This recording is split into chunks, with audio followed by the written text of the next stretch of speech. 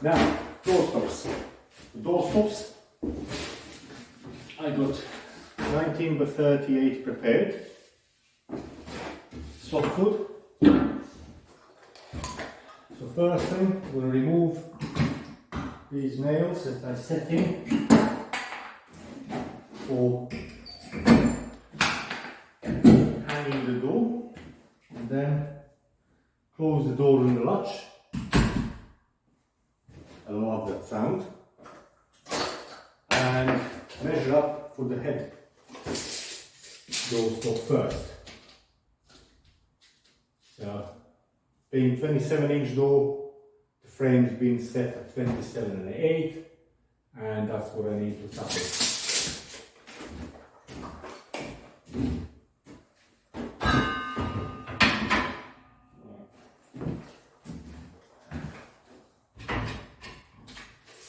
I need cut this twice.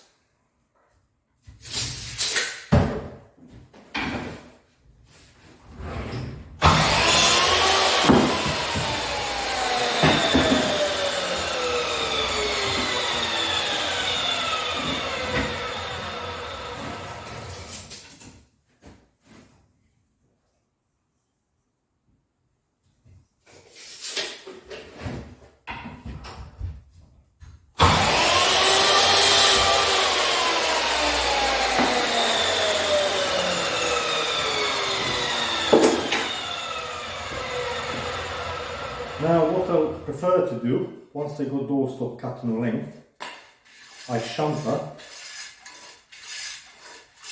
two edges. To adjust this a little bit. That's it, better.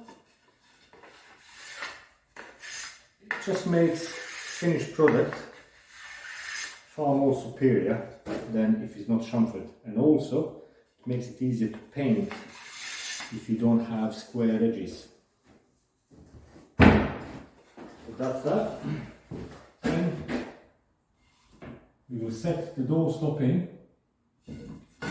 about 1 millimeter back from the door, because this door and the frame is yet to be painted. And we need to allow for the paint thickness, and from experience is about 1 millimeter, 1.5 millimeter. So I just eye it through. So don't butt it tight against the door, because that door will bind on the paintwork.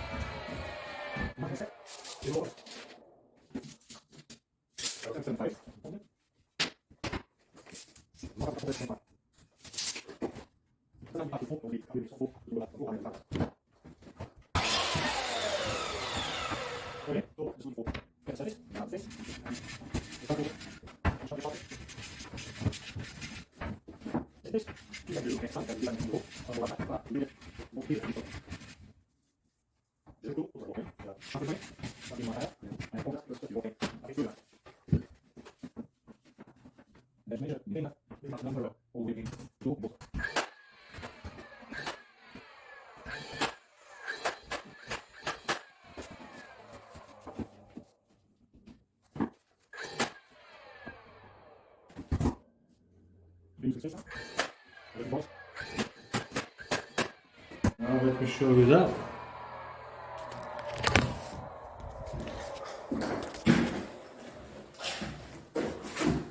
This is that gap I'm talking about, and you'll feel the door will rattle. See that rattle? That is needed. Because once it's painted, the paint thickness will actually cover that gap, and most of these latches, they have this section inside there that you can, with a flathead screwdriver, you can set the screwdriver into that little slot there and pull it into the hole, which will make the door latch tighter. So yeah, that's one of the things. Please ignore that. This is the old door frame that I've utilized here for the bathroom. There you go. One door is set. Now I'm going to just repeat the same thing on all other doors, and then I'm going to do architraves, and then we can do skirtings around. And then once all the doors have been sorted with hanging door locks, door stops, then I proceed and fit architraves. Now with architraves, they have to be set back in from the front edge of the door lining, door frame, about 1/4 inch. So you can go around and mark up 1/4 inch all the way around. You can use just to find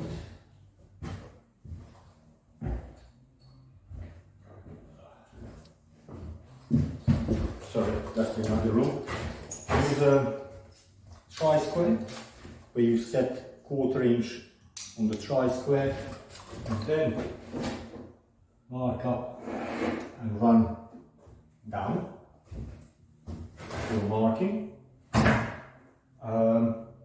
Also, you can just do it by eye. So it all depends what do you prefer. So 1/4 inch, let's do it with tri-square. That way. So mark up the top corner.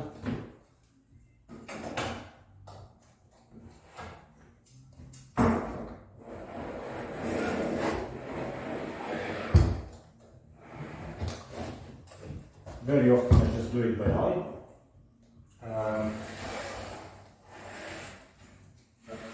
It's all personal.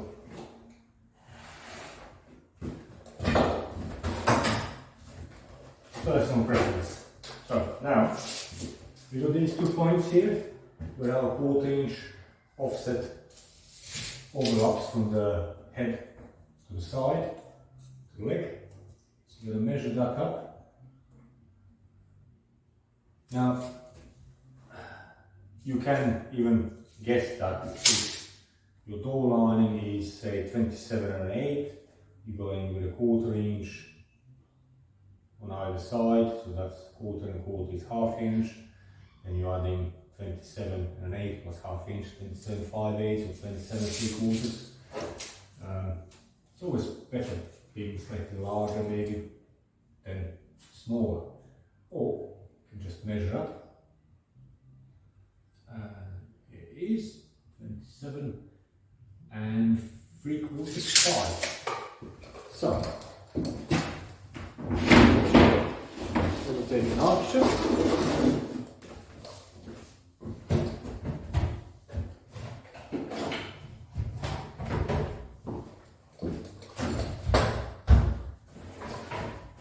Cut 45 on one end.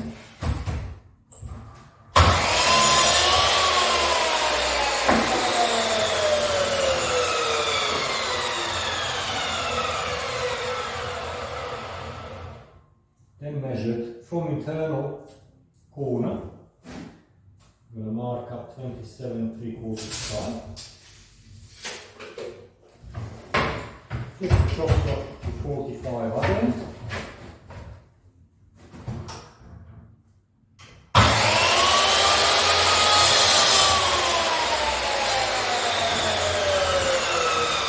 And here it is. I like to have my architrave on the bench with face down and a moulding side towards me, and that way I can mark up nice and precise the points where need to be cut, rather than having a face side up, because then it's hard to mark up over the moulding.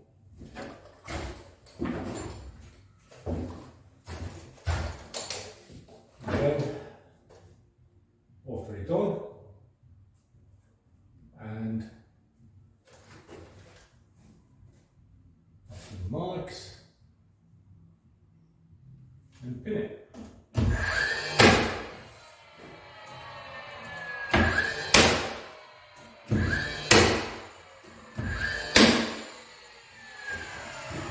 Now, I would usually go around and just fit the heads to all those and then do all the legs. And found that if I'm doing multiple doors on a property, fastest way. But I'm going to show you here on this one side of the door, and just going to secure this up. This leg is a bit too tall.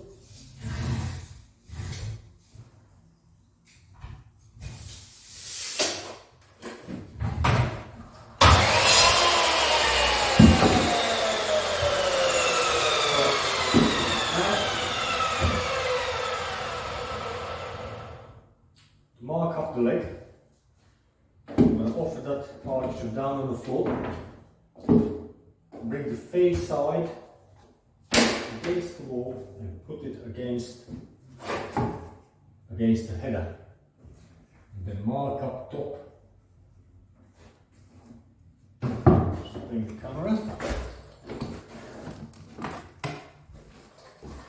So you can see that better. So architrave goes on like that.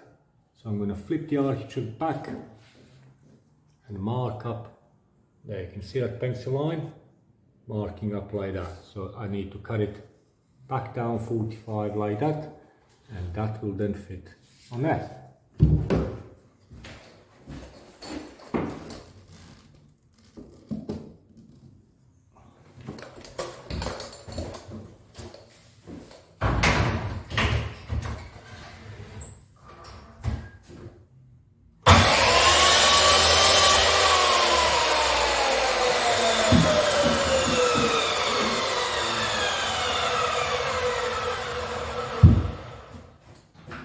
Then you need some wood glue.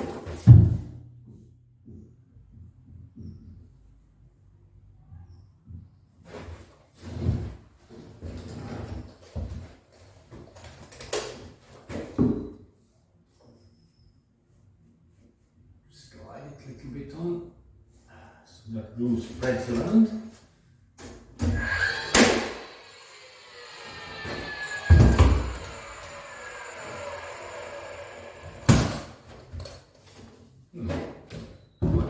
Gun has malfunctioned. Pin. So let's repeat. Nice and tight.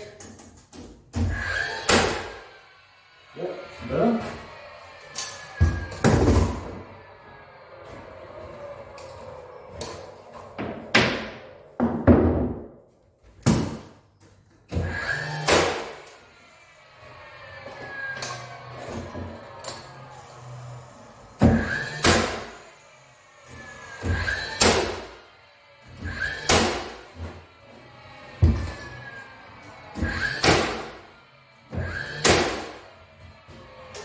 And wipe the excess of glue. Now, I'm using MDF moldings, and with MDF, if I try to put a pin on the end, it will split it and ruin my joint. So let me just show that. So that's a tight fit there. If you're using softwood moldings, you can put a pin on that end there, in through that joint, just to keep it tight on the top. On MDF, it's not good practice because it splits the MDF here, opens it up, and then moves the joint. At the moment, this joint is nice and flush. All this you can see is just a black line of the cut itself. It is tight. There is no gap there. And now just repeat the same thing on the other side, and this side of the door will be done. So now the left.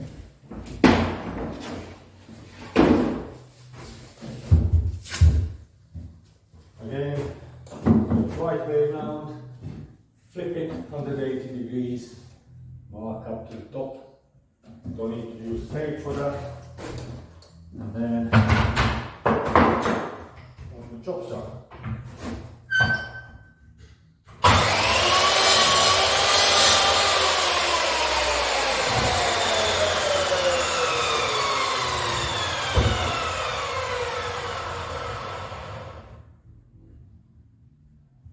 Foot glue.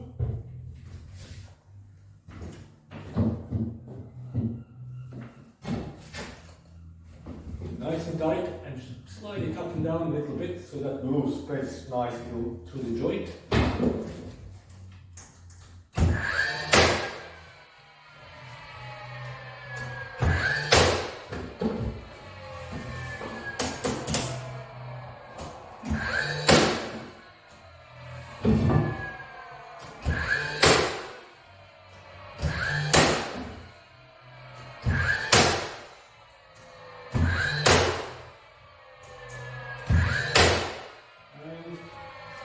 Wipe off excess glue. And that's it. One glue set. This side done. So now I'm going to go all the way around and fit architraves on every single doorway.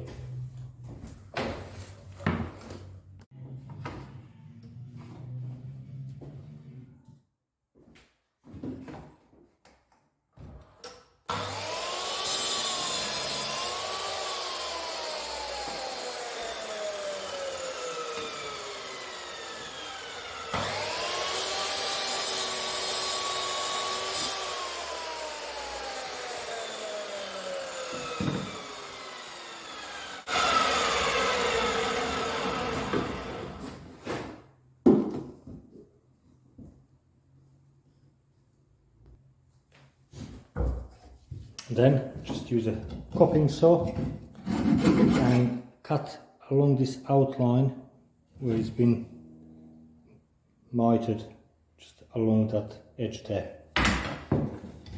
Nice and gently.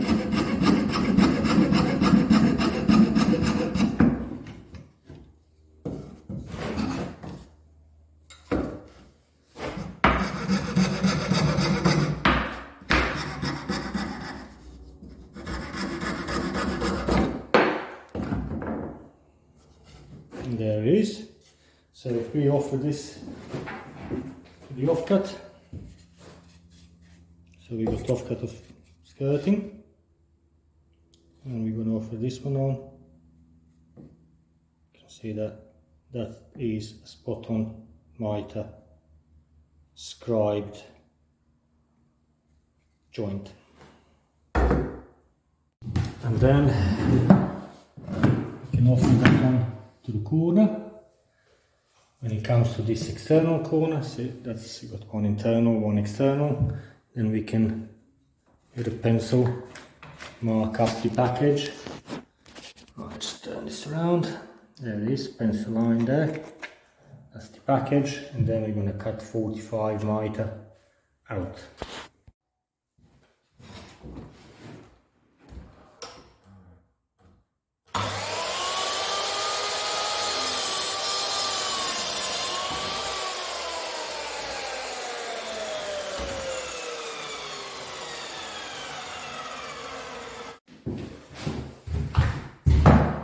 Then clear out this debris, offer it on, very crumbly.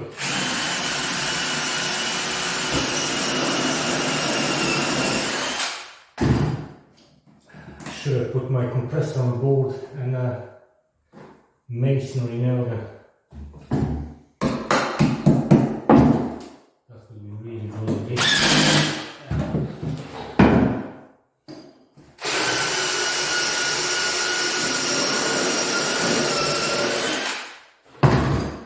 Stud walls I'm using second fixed pillar with 64mm pins.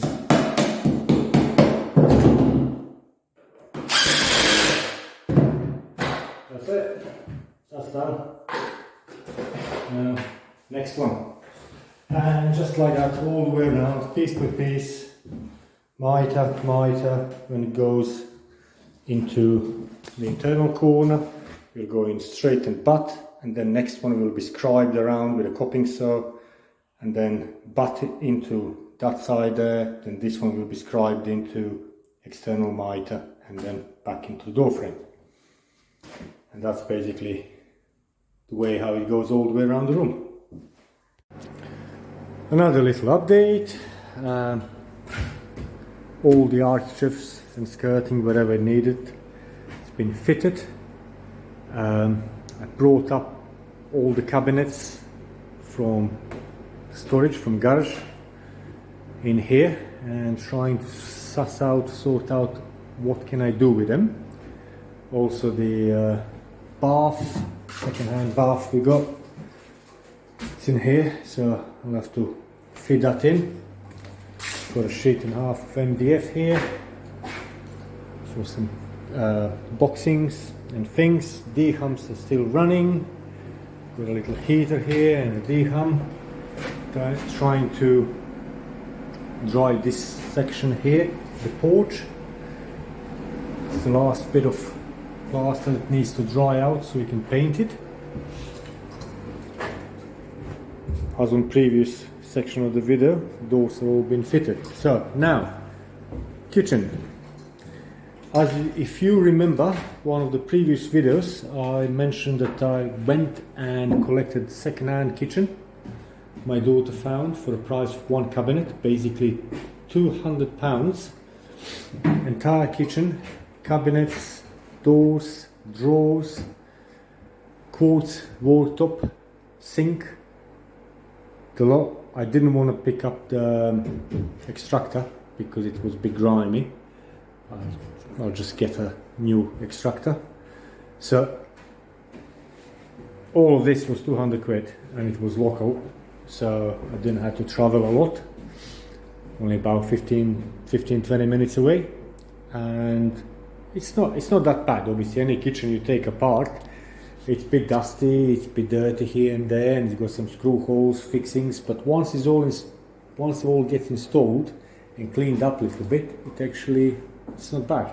I mean, that there, I got 3 units there. Gonna have a corner cupboard here with a door opening this way. It's gonna be space for freestanding cooker. Then this is sink cabinet. I'll put a back to it as well. This is another corner cabinet that I'll have to rejiggle. So I'll take this panel off, cut it back, and so it's actually ending up about here somewhere. I'm gonna have, at the moment it's got 2 door spaces. As if you can see, there's one, the hinge is there, and there's also one panel bin here. It's over there in the corner.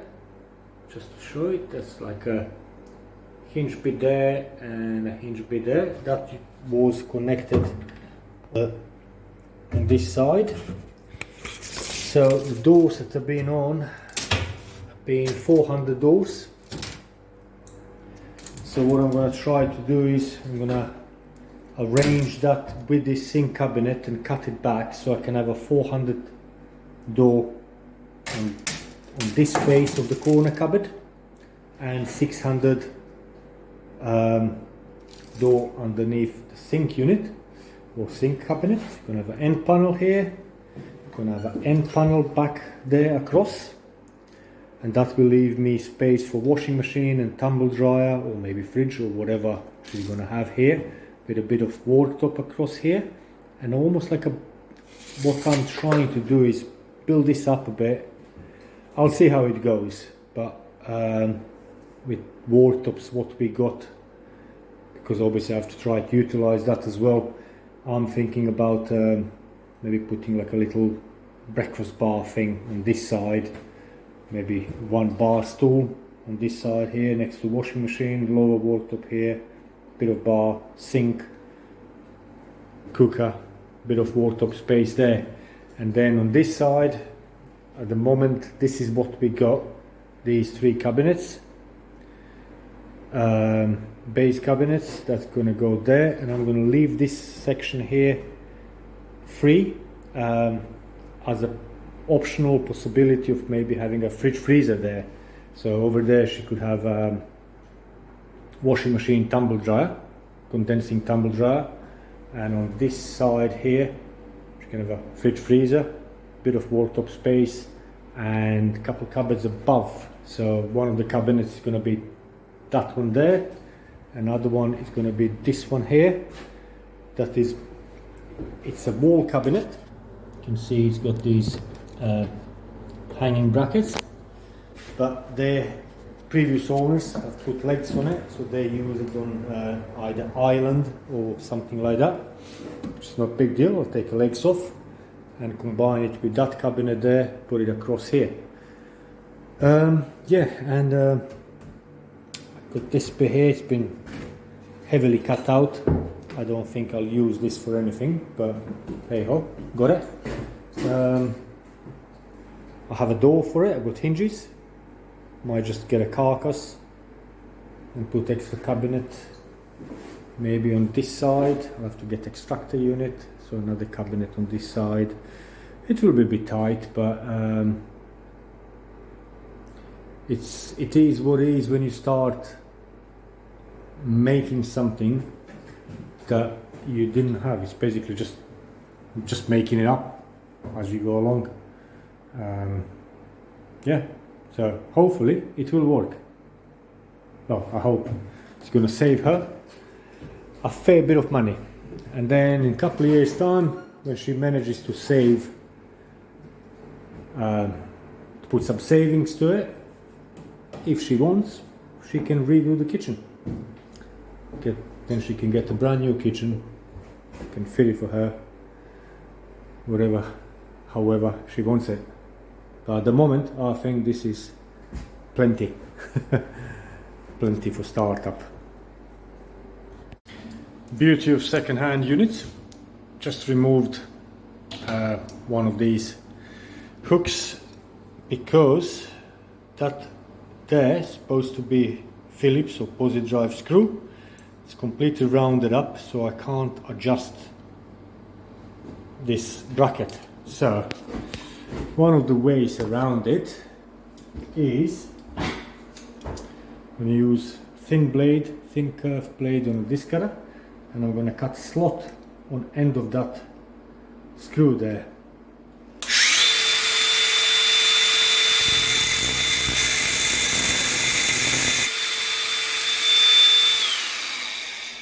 That should do it. There's a little slot there. Now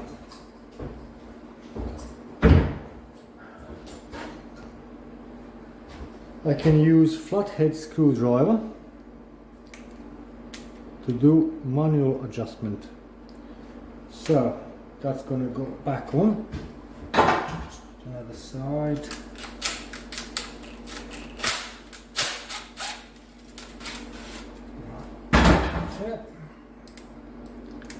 Eased off, and it can be adjusted manually with flathead screwdriver. So back on here, just go back in, X-center press fastener, press it in, that's solid. And screw is there. Oops. There you go. It's all out now. So now, let me just secure the camera here. Right, it's there. Get it all recorded just in case if I fall off and break something. It's gonna go all into it. Be gentle this side here.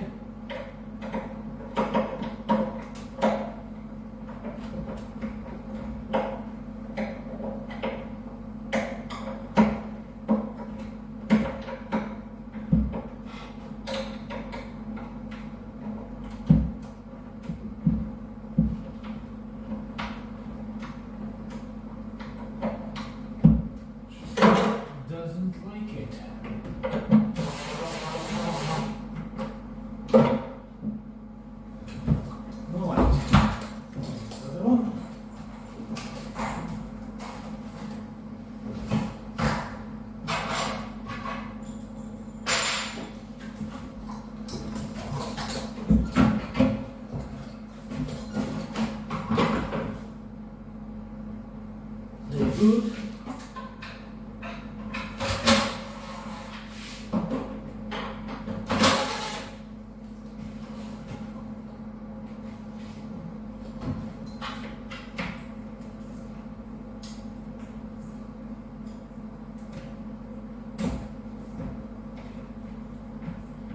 This is cable for the cabinet light.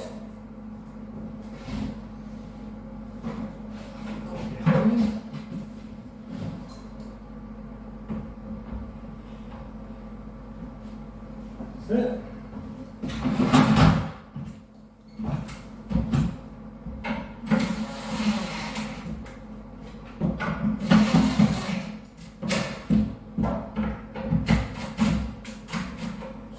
Bit of slack. Level on.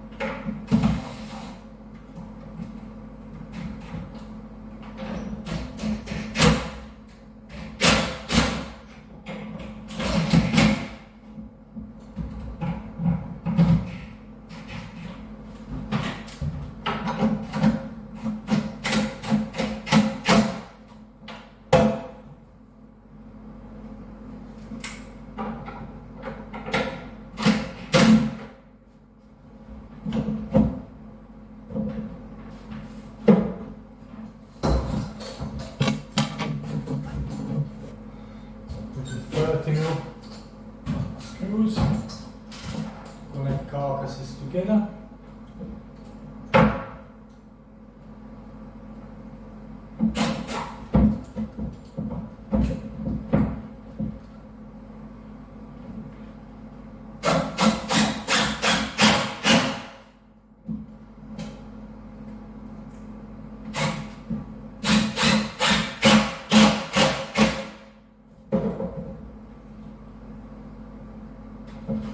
That's good. Now, I marked up, because I could see where my joist is here, and I know that there are 400 centers. I marked up position of the first joist, or one of the joists is here. So next one will be 400 this way and then 400 that way. So, because this is only fixing onto the plasterboard, I'm going to put some brackets above. So get them.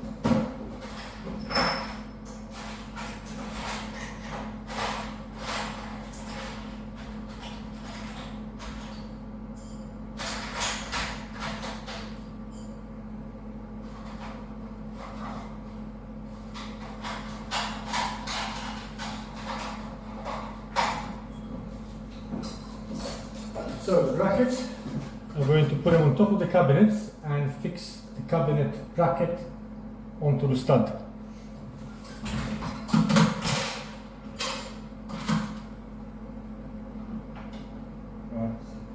Two big screw for that, but I can fix it onto the stud itself.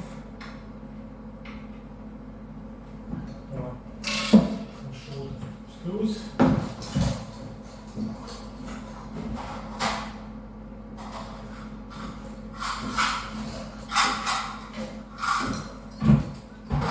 $20mm screw to go onto the top of the cabinet.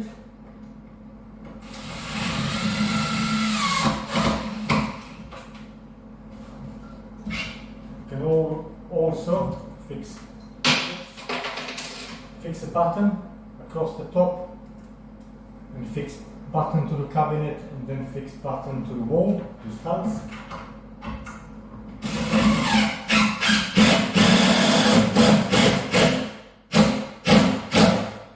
So that's one option.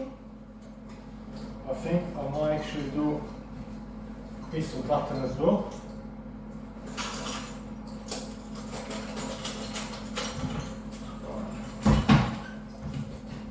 To get the button.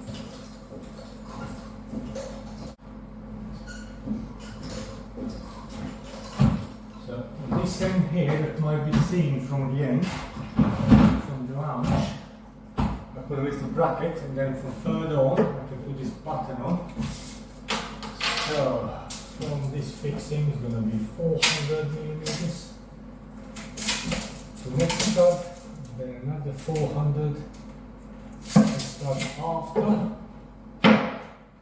Like that.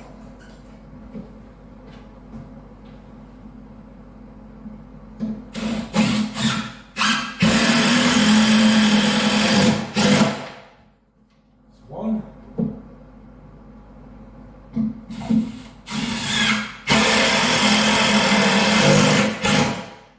Now I can fix from the cabinet into the button.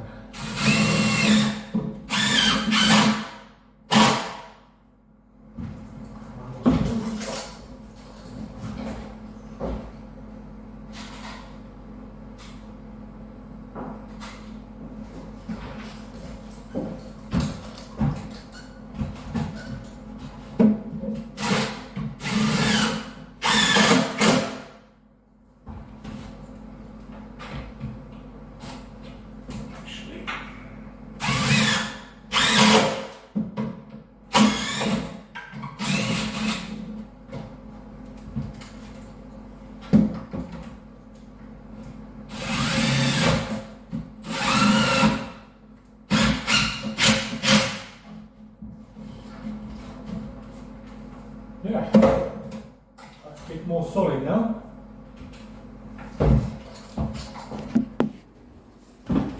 So this is the button. You can see screws into the studs, and then from cabinet into the button.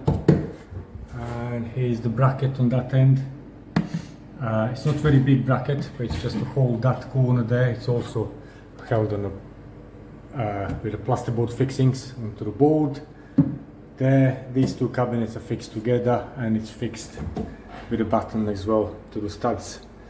I'm going to have a little cornicing on top, so that's going to hopefully hide that from the view. It's okay. Even without cornicing, you can't see the button. That's good.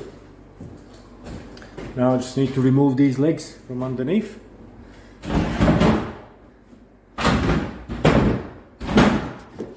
Because that's what I said, that cabinet's been used as a part of the island.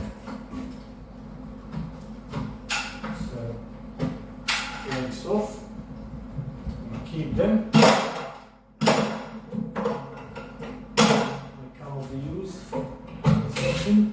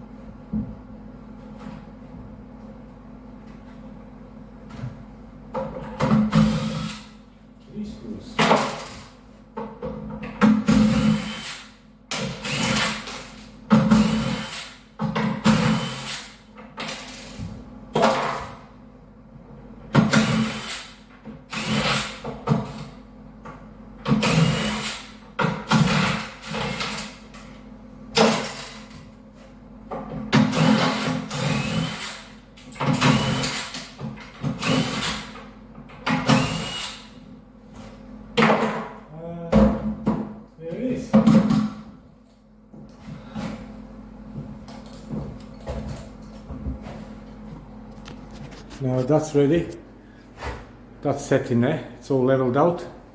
Now in regards to these cabinets, needs cornice, pelmet and little infill on that side, and doors can go on.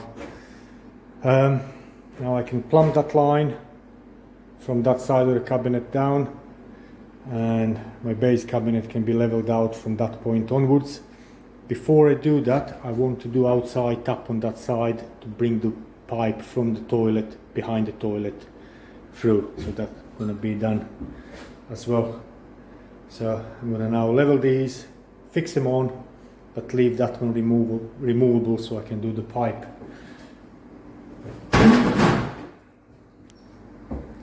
And then I can level out this side here and then see what we're gonna do with that cabinet over there.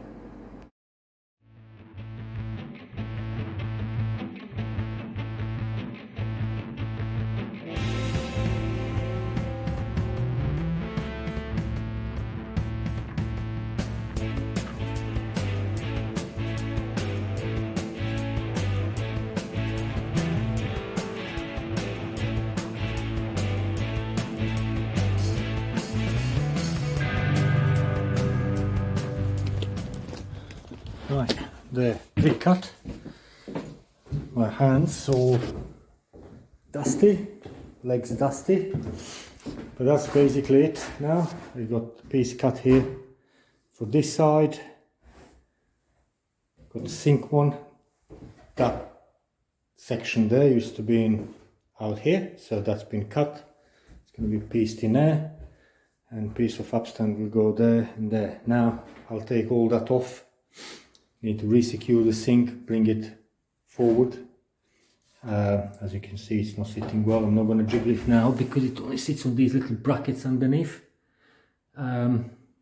So I'll have to rejiggle all of that. Also, I need to move my plumbing so it comes further to the back, so it comes behind this cabinet, sink cabinet here, so I can bring it all up to there. Yeah, so I got a few little bits to adjust. I need to put the fixing button underneath there to pick that corner or that edge. And yeah, but that is basically what's going to be like. Now from this kitchen that we managed to get very cheap, that's what we can utilize, and these cabinets on this side and them cabinets there. Now for this worktop here and the worktop above the appliances here, I'll have to get something else. So we'll see what we're going to manage to get. This is going to be gap for cooker. I got enough room here for end panel here and end panel on that side. Plenty of room for end panel there. Perhaps a skinny little bin can go there. And again, enough room here to fit end panel on this side here. And plenty of walk through. At the moment, that is 30 inches between that corner and that there. 760, 30 inches. That's the size of standard opening, door opening. Yeah, so it's good. It's good. For 200 quid. It's nice, especially being quartz. So she's getting a bit of premium there for cheap money. That's our cabinet that's been cut down into the corner cabinet with 400 door on this side here. This is another corner cabinet, it goes back there. It's got, I think that one is 500 door. Yeah, it's 500 door and 600 door for a sink unit. You've got 400 there, and then 2 sets of drawers plus wall cabinets. Plenty. The only little issue I can see is once I get the extractor unit here, this door on this cabinet might not be able to open fully. Might just hit corner of the extractor. But hey ho, I'm not worried overly or too much about that. It is what it is. So that's what you get when you don't design kitchen but actually get to use whatever you get, whatever you can get hands on. Anyway, it's not bad. Bit of effort I will need now. Once I remove all this, rejiggle the plumbing, secure this cabinet here, position the sink in, button there, then I can fix these. And I can also clean them up, and all these edges, they're going to be accessible as they are. I'll have to grind them and polish them with stone polishing kit.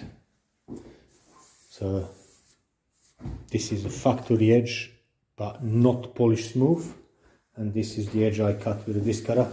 That will take a little bit more because it's just a freehand cut, but if you look at some of my other videos, I've already been cutting granite, which is much harder than this material, and done it successfully. Managed to carry and polish it back to mirror shine finish. It's a bit noisy, a bit dusty, you have to wear a mask, but it's a great fun because you get really nice product on the end, get that satisfaction as well. Yeah, and this as well will need polishing, this edge, that edge is all good. And here we're going to do a long bend on 2-inch, reducer 1.5 inch, and then another long bend 1.5 inch up. That will bring us behind the cabinet. The cabinet goes back. So got a little piece to go in between this long bend and reducer, like that.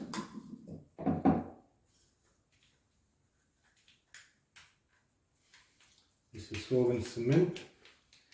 So the way the solvent cement sticks two pipes together is by melting the surface of the pipe and then curing, and by doing that it melts them together and basically just welds them. So it's not adhesive, it's not a glue, and that's why it's called solvent cement. I would imagine it's not called adhesive, pipe adhesive. Right, now I'm going to connect it to my 50mm or 2-inch.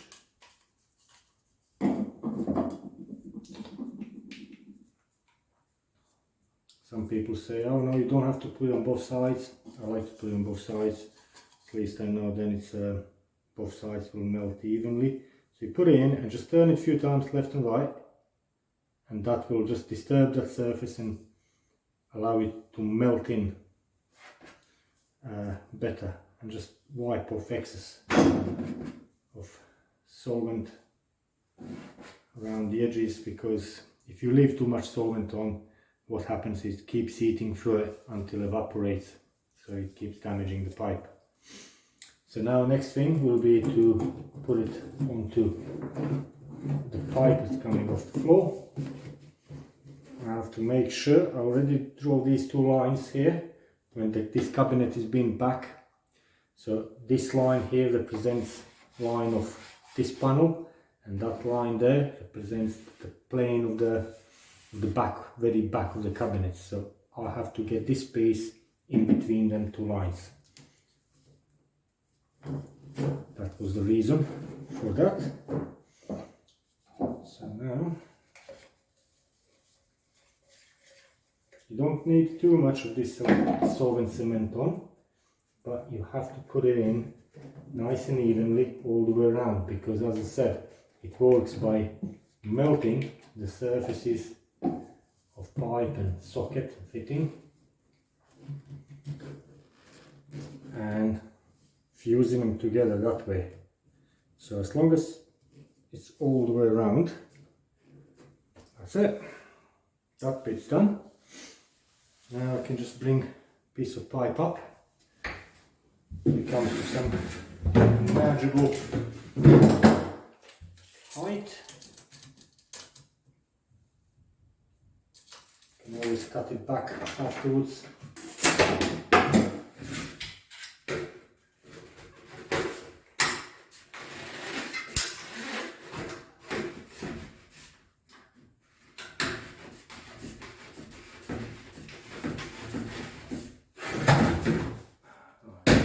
See that?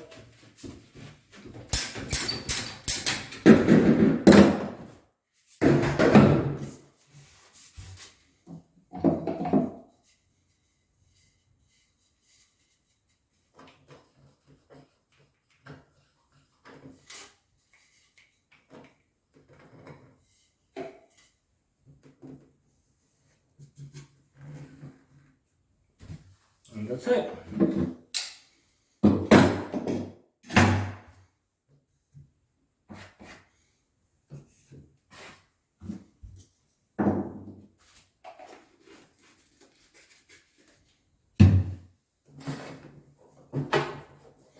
And hot and cold. I'll just bring them out like this. I'll be able to reach them.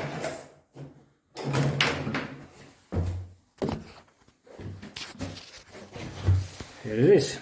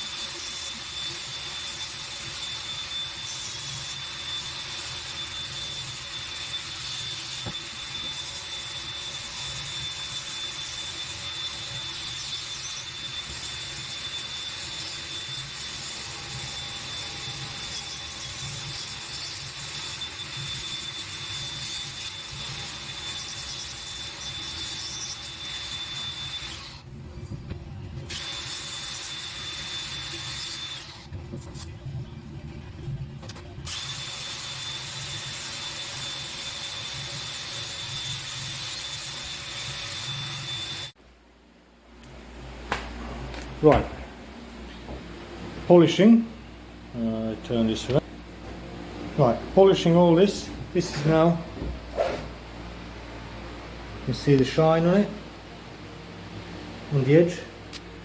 It's as shiny as it's gonna get. It's polished up all the way around. Now, I'm doing it the same way like I would do with stone, with granite or marble. You got these sanding discs, the velcro pad, rubbery with some kind of grit inside, and they go through grades. We got 50, 100, 150, 300, 500, 800, 1000. This is the last one I used on these, and I went on to 1500, and that started burning. Started getting like a brownish marks, see up there? So I stopped. I mean, this is what I use for granite or marble, and I would go with real stone to 1500, 2000, 3000, and that gets mirror finished.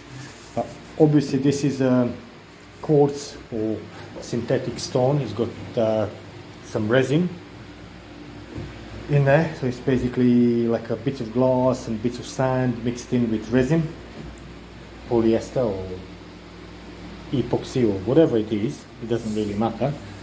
But whatever it is, it's synthetic and it burns over 1000 grade onwards, it starts burning. So what I'm going to do is I'm going to get a little bit of wet and dry 1000 grade sandpaper, and I'll just gently flatten this down. But that's all been polished now. All this, that edge there, this edge here, also rounded top corner, rounded corners on external corners, and that edge of the upstand there. So I'm happy with it as it came. 15-20 minutes, face mask on, big extractor fan, blowing air with dust out to the door. And yeah, now next step will be to clean up all these edges from the silicone. As now you can see there, it's cleaning up. There you go. It's not taking much. So just going to clean it all up. Stick this piece here. Stick this piece of worktop on that cabinet, and then stick the upstands on. And that will be it for tonight, I think. Just doing it a little bit every night. So yeah. Again, if you would like to see more thorough video of using these and other stones like a granite or anything else, I already made few videos about it, and I'll try to stick it on this video. Hopefully it will not forget, so I'll try to stick it on so you can just click easy on a little icon, and it will take you to that video showing thoroughly step-by-step process of cutting and polishing the edges.